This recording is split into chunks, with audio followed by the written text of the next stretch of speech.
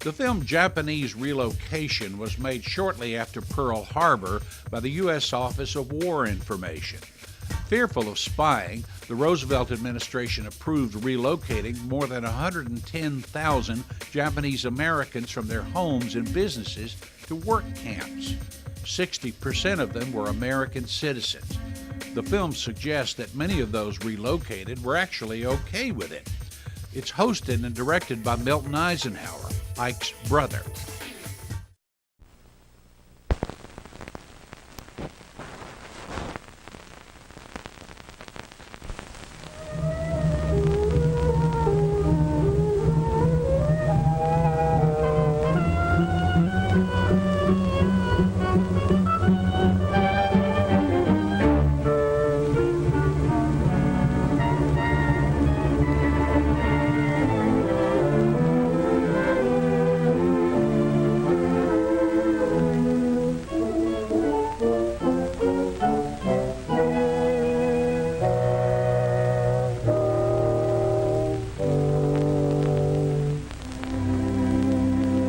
When the Japanese attacked Pearl Harbor, our west coast became a potential combat zone.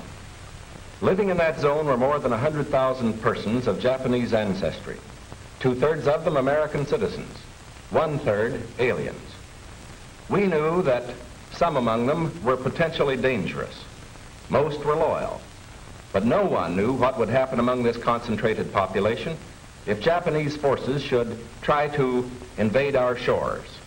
Military authorities therefore determined that all of them, citizens and aliens alike, would have to move. This picture tells how the mass migration was accomplished. Neither the Army nor the War Relocation Authority relished the idea of taking men, women, and children from their homes, their shops, and their farms. So the military and civilian agencies alike determined to do the job as a democracy should, with real consideration for the people involved. First attention was given to the problems of sabotage and espionage.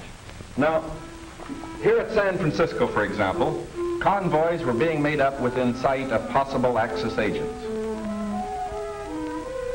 There were more Japanese in Los Angeles than in any other area. At nearby San Pedro, houses and hotels occupied almost exclusively by Japanese were within a stone's throw of a naval air base, shipyards, oil wells. Japanese fishermen had every opportunity to watch the movement of our ships. Japanese farmers were living close to vital aircraft plants. So as a first step, all Japanese were required to move from critical areas such as these. But of course, this limited evacuation was a solution to only part of the problem. The larger problem, the uncertainty of what would happen among these people in case of a Japanese invasion, still remained. That is why the commanding general of the Western Defense Command determined that all Japanese within the coastal area should move inland. Immediately, the Army began mapping evacuation areas and for a time encouraged the Japanese to leave voluntarily. The trouble for the voluntary evacuees soon threatened in their new locations. So the program was quickly put on a planned and protected basis. Thereafter, the American citizen Japanese and Japanese aliens made their plans in accordance with Army orders. Notices were posted. All persons of Japanese descent were required to register.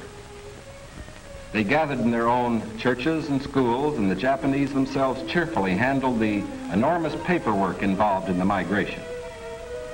Civilian physicians made preliminary medical examinations. Government agencies helped in 100 ways. They helped the evacuees find tenants for their farms. They helped businessmen lease, sell, or store their property. Now, this aid was financed by the government, but quick disposal of property often involved financial sacrifice for the evacuees. Now the actual migration got underway. The Army provided fleets of vans to transport household belongings and buses to move the people to assembly centers.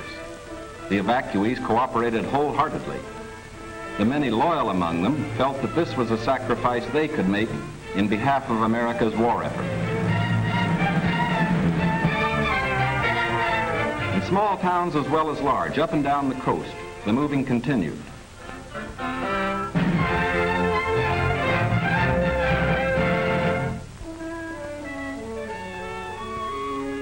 Behind them, they left shops and homes they had occupied for many years.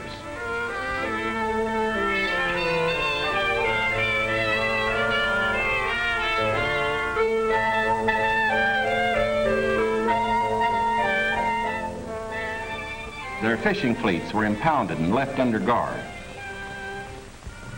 Now they were taken to racetracks and fairgrounds where the Army almost overnight had built assembly centers. They lived here until new pioneer communities could be completed on federally owned lands in the interior. Santa Anita Racetrack, for example, suddenly became a community of about 17,000 persons. The Army provided housing and plenty of healthful, nourishing food for all. The residents of the new community set about developing a way of life as nearly normal as possible. They held church services, Protestant, Catholic, and Buddhist. They issued their own newspaper, organized nursery schools, and some made camouflage nets for the United States Army.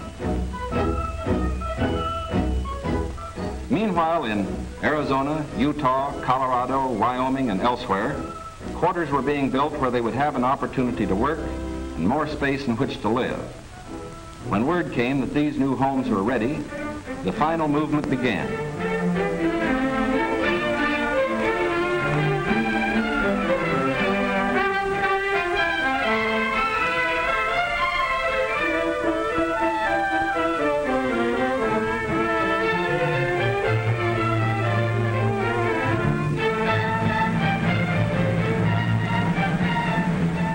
At each relocation center, evacuees were met by an advance contingent of Japanese who had arrived some days earlier and who now acted as guides.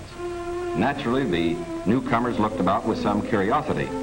They were in a new area, on land that was raw, untamed, but full of opportunity. Here they would build schools, educate their children, reclaim the desert. Their own physicians took precautions to guard against epidemics. They opened advanced Americanization classes for college students, who in turn would instruct other groups. They made a rough beginning at self-government, for while the Army would guard the outer limits of each area, community life and security within were largely up to the Japanese themselves. They immediately saw the need for developing civic leaders. At weekly community meetings, citations were given to the block leaders who had worked most diligently. Special emphasis was put on the health and care of these American children of Japanese descent.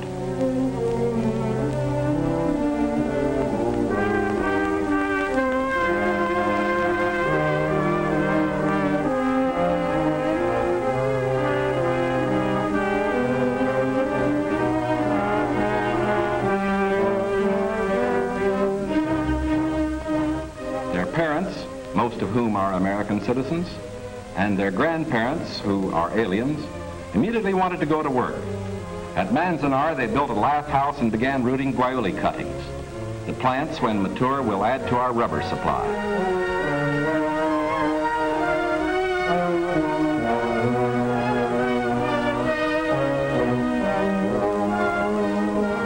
At Parker, they undertook the irrigation of fertile desert lands. Meanwhile, in areas away from the coast and under appropriate safeguards, many were permitted to enter private employment, particularly to work in sugar beet fields where labor was badly needed. Now, this brief picture is actually the prologue to a story that is yet to be told. The full story will begin to unfold when the raw lands of the desert turn green, when all adult hands are at productive work on public lands or in private employment. It will be fully told only when circumstances permit the loyal American citizens once again to enjoy the freedom we in this country cherish, and when the disloyal, we hope, have left this country for good. In the meantime, we are setting a standard for the rest of the world in the treatment of people who may have loyalties to an enemy nation. We are protecting ourselves without violating the principles of Christian decency. And we won't change this fundamental decency no matter what our enemies do. But of course, we hope most earnestly that our example will influence the Axis powers in their treatment of Americans who fall into their hands.